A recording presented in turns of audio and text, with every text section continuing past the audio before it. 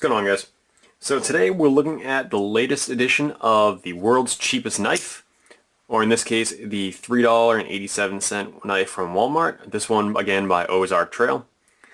So as a lot of people have noticed, over the past year or so, Walmart has been releasing the very cheap $3.87 knives, which have actually built up a bit of a reputation for being a great value.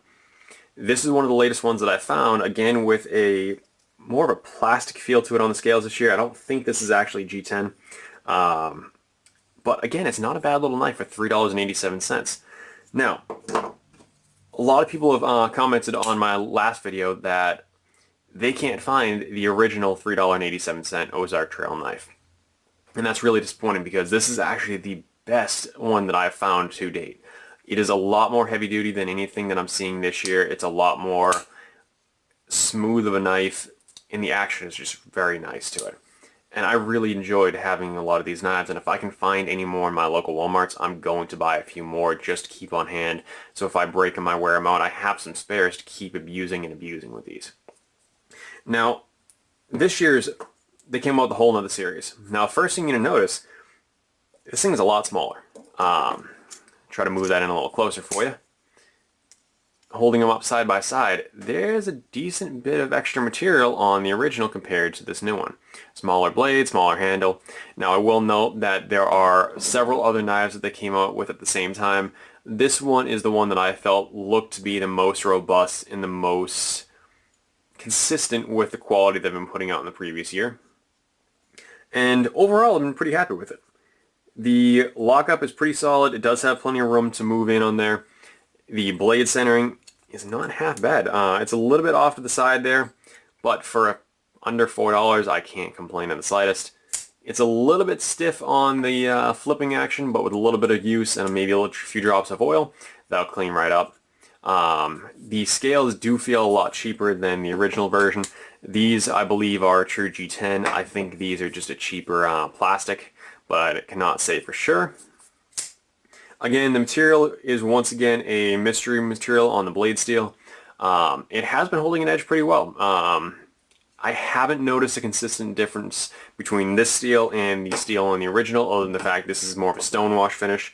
This one's more just a basic ground finish with a bit of a hollow grind on the step down here. But again, factory edge is pretty decent. It could use a little bit of a refinement, but again, that's to be expected with most new knives. Does still have a thumb stud, does still have the flipper action to it. This year they actually laser engraved the Ozark Trail name, which was a bit of a twist compared to last year. Last year they pretty much just left them unbranded, which kind of played into the theory that there was actually a manufacturer other than Ozark Trail making them, which frankly is probably still the case. But now that they are branding them, I mean, for the money, it's still a good little knife. It does have a decent pocket clip on it.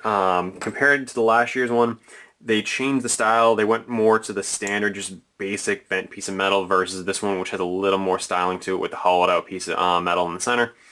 And a little bit pointier of a tip rather than that clip point on the old version. And now there are a lot of other versions of this, especially the old-timer style. They even came out with one that's similar to a Victorinox or Wenger Swiss Army knife. Haven't checked that one out yet, but it's on the list of things to pick up next time I'm there. But for the money, again, it's under $4. It's a great little beater. The only downside is it's getting a little bit small, which for my hand, it's a little bit on the small side, which I do have fairly large hands, using the large gloves for a point of comparison, and then using the Benchmade 551 full-size Griptilian as a size comparison. It is a lot smaller on the handle there. I like having a full-size grip, and that's why I go with a full-size knife. This one, you kind of got a 3.5 finger grip there, and once you kind of wrap it in your hand, you barely getting that pinky on there, which if you have smaller hands or giving this to a younger user, this is perfect. It's not very robust of a blade in terms of horizontal play. It doesn't have much side-to-side play, but it's not quite as thick of a steel, and there's a lot less rigidity that you do see compared to the original version.